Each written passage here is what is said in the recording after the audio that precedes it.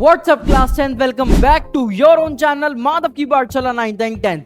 Class 10th economics को complete discuss करेंगे, सारे इंपॉर्टेंट क्वेश्चन, सारे इंपॉर्टेंट टॉपिक्स और सारे प्रीवियस ईयर क्वेश्चंस के साथ, और वो भी सिर्फ 15 मिनट्स के अंदर। तो उससे पहले आप लोग जल्दी से जाके वीडियो को लाइक कर दो और चैनल को सब्सक्राइब करना मत भूलना। लेकिन आज इकोनॉमिक्स में आपके 20 मार्क्स में कंफर्म करवा के ही आपको छोड़ूंगा, लेकिन पूरा वीडियो को देखना पड़ेगा और अपने दोस्त के साथ शेयर जरूर करना पड़ेगा। तो चलिए स्टार्ट करते हैं अपने फर्स्ट चैप्टर डेवलपमेंट से। अब डेवलपमेंट में हमारा फर्स्ट क्वेश्चन होता है different people can have different developmental goals. ठीक है, 4 क्वेश्चंस है इसमें मेन। फर्स्ट है different people can have different developmental goals. हम इसमें क्या लिखेंगे कि different people have different developmental goals. What may be development for one can be destruction for others, and for development people look at a mix of goals. लोग development में mix of goals के लिए look करते हैं। फिर आप लिखोगे इसमें example. For example, a landless rural laborer may want more number of working days. है ना, एक लेबर को क्या चाहिए, ज्यादा काम चाहिए उसको। दूसरा, एक फार्मर को क्या चाहिए, फार्मर को अच्छी इरिगेशन चाहिए, अच्छा रॉ मटेरियल चाहिए। तीसरा, इंडस्ट्रियलिस्ट एक बिजनेसमैन को क्या चाहिए कि भाई इजीली वो अपना बिजनेस कर पाए, टैक्सेस कम लगे उस पर। ठीक है, अ गर्ल में वांट इक्वल अपॉर्चुनिटीज। एंड ये सारे ही हमने देखे कि डेवलपमेंट के लिए हर एक पर्सन को अलग अलग उसके लिए डेवलपमेंटल गोल्स होते हैं, और जो किसी के लिए डेवलपमेंट है वो दूसरे के लिए क्या हो सकता है, डिस्ट्रक्शन हो सकता है। क्लियर है क्लास 10? डेवलपमेंट का फर्स्ट क्वेश्चन हमने देखा। ऐसे 4 क्वेश्चंस हमें करके ये चैप्टर हमारा हो जाएगा डन। चलिए नेक्स्ट क्वेश्चन देखते हैं। नेक्स्ट क्वेश्चन है in what ways the developmental criteria used by UNDP and World Bank are different. UNDP मतलब यूनाइटेड नेशन डेवलपमेंटल प्रोग्राम। ये किसी भी नेशन को डेवलप या अनडेवलप बताता है कौन कौन से क्राइटेरिया के बेसिस पर, ये बताता है ह्यूमन डेवलपमेंटल इंडेक्स के बेसिस पर। किसके बेसिस पर? ह्यूमन डेवलपमेंटल इंडेक्स के बेसिस पर। अब आप लोग मेरे को बताओ ह्यूमन डेवलपमेंटल इंडेक्स क्या होता है। ह्यूमन डेवलपमेंट इंडेक्स होता है कुछ कुछ चीजों से मिलकर बनता है, जैसे health, education, infant mortality rate, net attendance ratio. ये सारे फैक्टर्स को कंसीडर करके ह्यूमन डेवलपमेंट इंडेक्स बनाया जाता है। हमें अगर बोलना है कोई भी कंट्री डेवलप है तो UNDP United Nation developmental program 4 main चीजों को कंसीडर करेगा, हेल्थ को, एजुकेशन को, इन्फेंट मोर्टेलिटी रेट कि कितने बच्चों की डेथ हो रही है जो कि 1 ईयर से कम के हैं, और नेट अटेंडेंस रेशियो कितने बच्चे स्कूल्स को अटेंड कर रहे हैं। इन सारे फैक्टर्स को यूएनडीपी कंसीडर करता है। यूएनडीपी खाली इनकम को कंसीडर नहीं करता, ओनली इनकम को कंसीडर नहीं करता, इनकम को भी करता है लेकिन ओनली इनकम को कंसीडर नहीं करता, हेल्थ, एजुकेशन, इन फैक्टर्स को भी करता है। लेकिन वर्ल्ड बैंक जो है वो किसी भी नेशन को डेवलप या अनडेवलप बताता है based upon their per capita income. माने वर्ल्ड बैंक खाली पर कैपिटा इनकम को यूज करता है। क्लियर है क्लास 10? चलिए नेक्स्ट क्वेश्चन को देखते हैं। सस्टेनेबिलिटी ऑफ डेवलपमेंट मतलब sustainability of development is a crucial aspect in present times. Now what do you mean by sustainable development?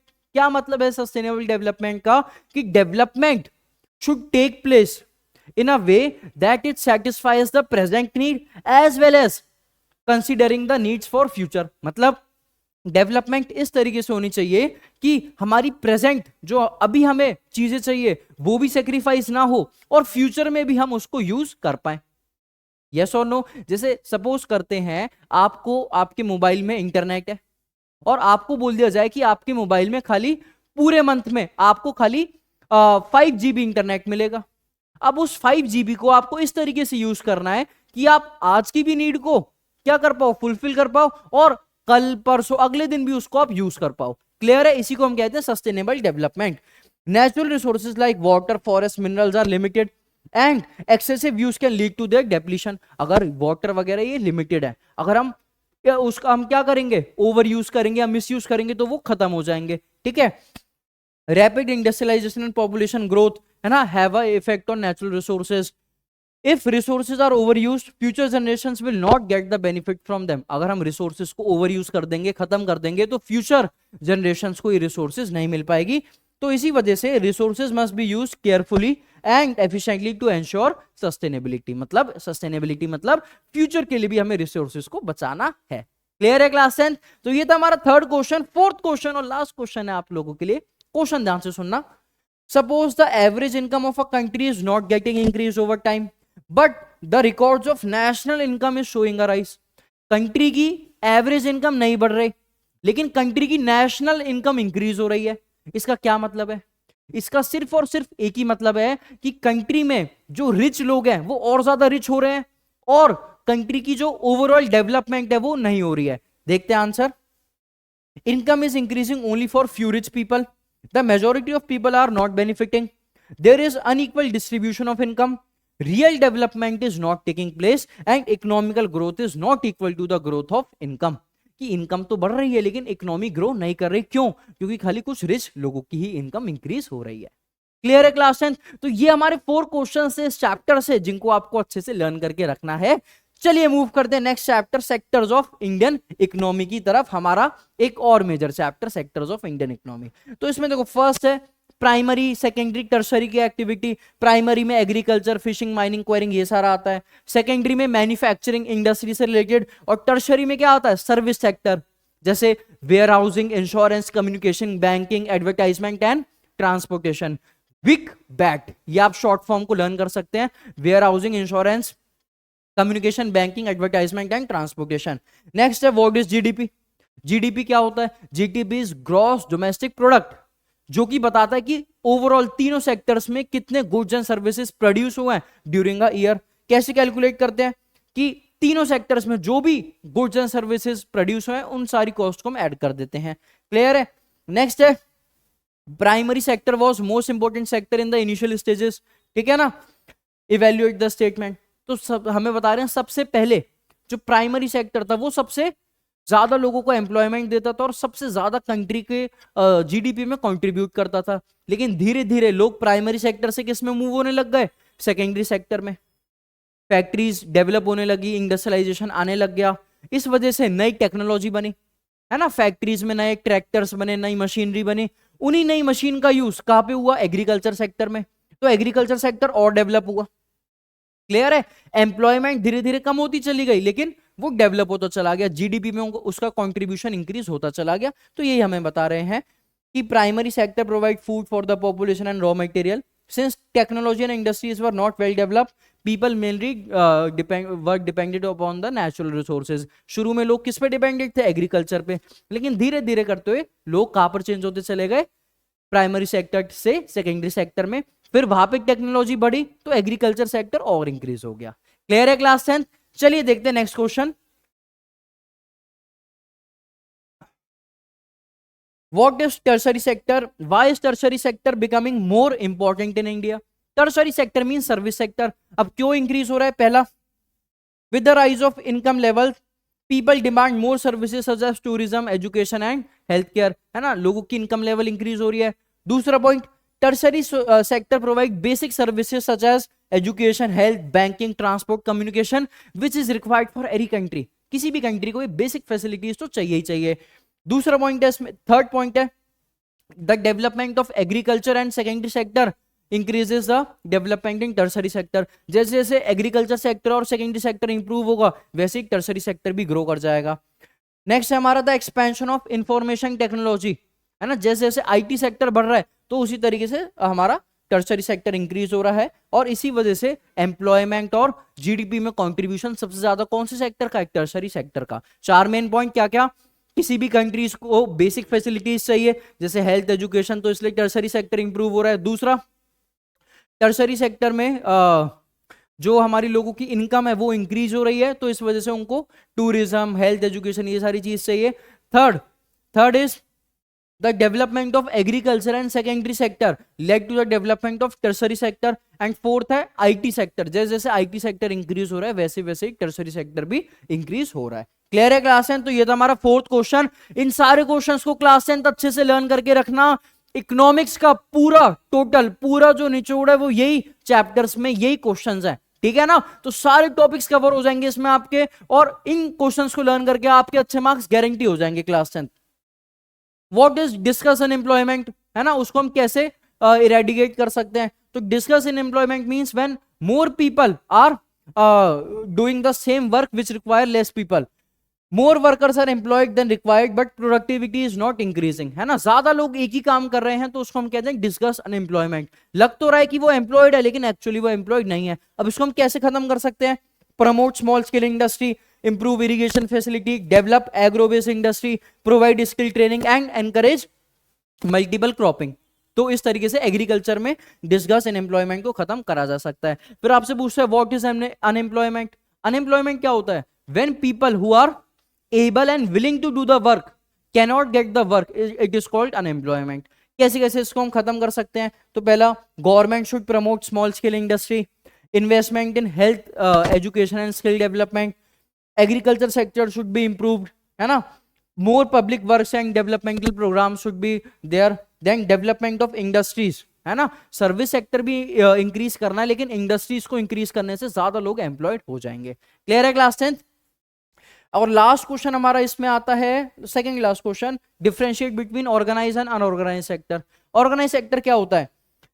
जिसमें that are registered with the government, enterprises which are registered with the government, ठीक है। इसमें क्या होता है? Regular salary होती है, job security होती है, बेनिफिट्स लाइक पेड लीव्स होती है, प्रोविडेंट फंड होता है, मेडिकल फैसिलिटी और पेंशन होते हैं, वर्किंग आवर फिक्स होते हैं, वर्किंग कंडीशन फिक्स होती है और ये लीगली बाइंडिंग होता है ना, मतलब सारी चीजें जो है वो ऑफिशियल होती है, पेपर वर्क में होती है। अनऑर्गेनाइज सेक्टर, किसी कोई प्राइवेट आप जॉब कर रहे हो तो उसमें क्या होता है कि क्या कहते हैं, they are not registered with the government, they do not have job security, है ना, then there are no extra benefit like paid leave, provident fund और medical facility, workers are often paid low wages and have to work long working hours, therefore workers in the unorganised sector are often exploited. Clear है class 10?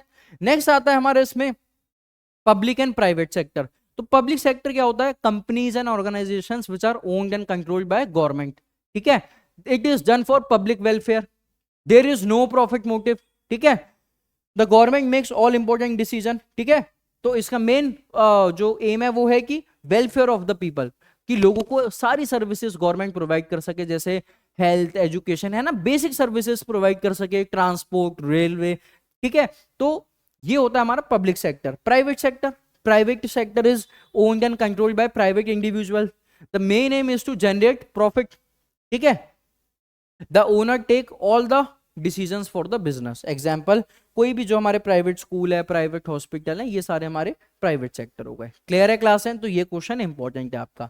Next हम आ गए अपने next chapter money and credit पे, है ना। Class and जल्दी से लिख देना कमेंट में आपको थंबनेल कैसा लगा, जल्दी से लिख देना, ठीक है ना। तो प्राइवेट एंड पब्लिक के बाद हमारा नेक्स्ट डिस्कशन आ गया मनी एंड क्रेडिट का, और इन जनाब का नाम क्या है आप लोग कमेंट में जरूर बता देना, ठीक है ना, इन पर्सन का नाम क्या है, ठीक है। चलिए, फर्स्ट क्वेश्चन है what is the role of bank. तो देखो बैंक का मेन फंक्शन क्या है? They accept deposits, they provide loan to the farmers, they act as a mediator between borrower and depositor, they promote cashless transaction and they help in capital formation. तो ये 5 work है bank के में। Clear है? Next है हमारा how is credit essential. Credit मतलब उधार। बिजनेस कभी भी आप करते हो आपको पैसे चाहिए, तो क्यों हमें पैसे चाहिए, क्यों हमारे को क्रेडिट मतलब एक तरीके से उधार नेसेसरी होता है। Cheap and affordable credit is necessary because it helps to buy raw material, है ना, सीड वगैरह रॉ मटेरियल बाय करने में हेल्प करेगा। It helps small trader and businessman to start and expand the business. Business शुरू करने के लिए, एक्सपेंड करने के लिए पैसे चाहिए हमें। Then it promotes industrial growth and employment. Industry grow करेगी, एम्प्लॉयमेंट बढ़ेगा। It increases production and income, और लास्ट में it reduces dependence on money lender, ठीक है ना। नेक्स्ट आता है हमारा what are the different sources of credit. तो पहला होता है देखो हमारा formal sources of credit. Formal में आ गया हमारा बैंक आ गई, ठीक है ना, या ऐसे इंस्टीट्यूशन जो गवर्नमेंट रेगुलेट करती है। तो इनमें क्या होता है? रेट ऑफ इंटरेस्ट कम होता है और फिक्स्ड होता है, प्रॉपर रूल्स होते हैं, लीगल प्रोसीजर्स होते हैं, है ना। कोई भी ऐसा नहीं है कि अपनी मर्जी से कितना भी इंटरेस्ट ले लिया या फिर कोई भी रूल अपनी मर्जी से नहीं बना सकते फॉर्मल सेक्टर क्रेडिट में। Borrowers are protected by the law. जो भी पैसे बोरो कर रहा है वो लॉ से प्रोटेक्ट होता है, ठीक है। इनफॉर्मल सोर्स ऑफ क्रेडिट होता है जब पैसे मनी लेंडर वगैरह से लिए जाते हैं, तो इसमें मनी लेंडर्स हो गए, ट्रेडर्स हो गए, एम्प्लॉइज हो गए रिलेटिव से, है ना। Not regulated and supervised by government. Rate of interest ज्यादा होता है। There is no strict rules, है ना। बोरोअर्स में भी exploited by the money lender. जो पैसे दे रहा है वो बोरोअर को एक्सप्लॉइट भी कर सकता है। क्लियर है क्लास 10? नेक्स्ट है हमारा what are terms of credit, जब भी हम उधार लेते हैं तो हमें क्या क्या बात याद होनी चाहिए, rate of interest, time period, collateral मतलब जो भी चीज हम गिरवी रखेंगे, एंड मोड ऑफ रीपेमेंट पैसे को वापस कैसे दिया जाएगा। नेक्स्ट होता है what are the three main functions of RBI, तो पहला फंक्शन है issue of currency, controller of credit and banks of bank. ठीक है, करेंसी इशू करेगा, क्रेडिट को कंट्रोल करेगा, कितना लोन किसको देना है, और बैंक्स ऑफ बैंक होता है, सारे बैंक को कंट्रोल करता है आरबीआई। नेक्स्ट है हमारा बहुत important question, explain the role of self help groups, SHGs का रोल बताओ। तो सेल्फ हेल्प ग्रुप्स जो है वो स्मॉल लोन प्रोवाइड करता है विमेन को, रूरल एरियाज में वुमेन क्या करती हैं, थोड़े थोड़े पैसे डाल के, और जिस भी मेंबर को लोन चाहिए उनको कम रेट ऑफ इंटरेस्ट पे लोन दे देते हैं। ठीक है, SHGs reduce dependence of rural people on money lenders, they help members to start business. ठीक है ना, SHGs encourage the habit of saving, SHGs also empower women, तो ये वुमेन को एम्पावर करने के लिए, कम रेट ऑफ इंटरेस्ट पे लोन देने के लिए वुमेन रूरल एरियाज में बनाती हैं। और नेक्स्ट आ गए हम अपने लास्ट चैप्टर की तरफ जो कि है ग्लोबलाइजेशन। अब ग्लोबलाइजेशन में इन भैया को तो आप जानते ही होंगे, है ना, कमेंट में मेरे को जरूर अच्छे से बता दो इनका नाम क्या है। ठीक है, चलो नेक्स्ट है इसमें व्हाट इज ग्लोबलाइजेशन। ग्लोबलाइजेशन मतलब the connecting of various countries of the globe, अलग अलग कंट्रीज को कनेक्ट करना, उसको हम कहते हैं ग्लोबलाइजेशन। इस integration of Indian economy with the world is called globalisation. Globalisation के क्या क्या फैक्टर्स हैं, पहला liberalisation, development of transport and communication, availability of cheap labour, establishment of special economic zone जहां पे टैक्स वगैरह नहीं देना होता, और इंप्रूव्ड इंफ्रास्ट्रक्चर। अगर हमें किसी भी कंपनी को अपनी कंट्री में बुलाना है तो हमें ये सारी चीजों को देनी पड़ेगी। ठीक है, लिबरलाइजेशन मतलब कोई भी हम टैरिफ वगैरह कम से कम लेंगे। ठीक है, नेक्स्ट आता है हमारा explain 5 steps taken by countries to attract globalisation या फॉरेन इन्वेस्टमेंट। तो वही है सेम कि भाई लिबरलाइजेशन, स्पेशल इकोनॉमिक जोन, ठीक है, इंफ्रास्ट्रक्चर, ट्रांसपोर्टेशन, कम्युनिकेशन, यही सारे फैक्टर्स हैं। MNC play a important role, MNC मतलब मल्टीनेशनल कॉर्पोरेशंस, ये कैसे इंपॉर्टेंट रोल प्ले करती है ग्लोबलाइजेशन में, setup production in one or more country, invest large amount of money, create employment, transfer technology and skills, promote international trade and connect markets of different countries. ठीक है, next है हमारा how did trade policy implemented in 1991 stimulated globalisation. देखो 1991 में India में क्या trade policy, नई policy को यहाँ पे एक्सेप्ट करा गया था। अब 3 मेजर चेंजेस करे गए थे, पहला था LPG। LPG मतलब लिबरलाइजेशन, प्राइवेटाइजेशन और ग्लोबलाइजेशन।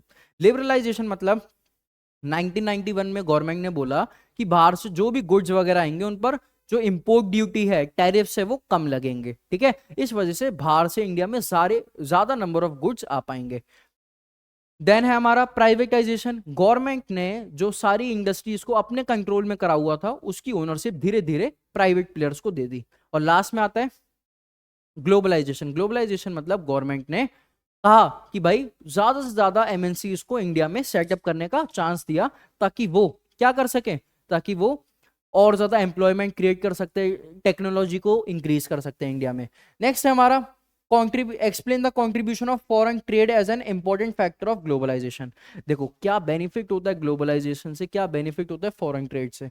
तो connects domestic market with global market, increase choice of goods for consumer, है ना, लोगों के पास ज्यादा चॉइस ऑफ गुड्स होंगी, promote competition and improve quality, encourages specialisation and large scale production, bring foreign exchange to the country, helps in transfer technology. तो ये सारे फैक्टर्स, ये सारे हमारे फीचर्स है जिसकी वजह से ग्लोबलाइजेशन बेटर होता है कंट्री के लिए। लास्ट है हमारा what are the factors that have enabled globalisation. तो पहला इंफॉर्मेशन टेक्नोलॉजी, दूसरा टेक्नोलॉजिकल इंप्रूवमेंट, जितनी ज्यादा टेक्नोलॉजी इंप्रूवमेंट होगी उतना ही ज्यादा ग्लोबलाइजेशन होगा। ट्रांसपोर्टेशन एडवांसेस, जितना अच्छा ट्रांसपोर्ट एंड कम्युनिकेशन सिस्टम है कंट्री का उतना बेटर ग्लोबलाइजेशन। और लास्ट में गवर्नमेंट पॉलिसीज, अगर गवर्नमेंट कम टैक्स लेगी, स्पेशल इकोनॉमिक जोन्स बनाएगी तो उतना ही ज्यादा ग्लोबलाइजेशन इंडिया में अचीव हो सकता है। क्लियर है क्लास 10? तो ये थे हमारे मेन क्वेश्चंस आपके पूरे कंप्लीट इकोनॉमिक्स के। अब मेरे को लगता है आप इन सारे क्वेश्चंस को अच्छे से लर्न कर लोगे और जो भी आपके डाउट्स है उसको कमेंट में जरूर बताओगे ताकि मैं उसको आंसर कर पाऊं। और इसी के साथ इस वीडियो को शेयर करना और फॉलो करना मत भूलना अपने खुद के चैनल माधव की पाठशाला 9th एंड 10th को। इसी के साथ आज के लिए इस वीडियो को एंड करते हैं। Let's go class 10।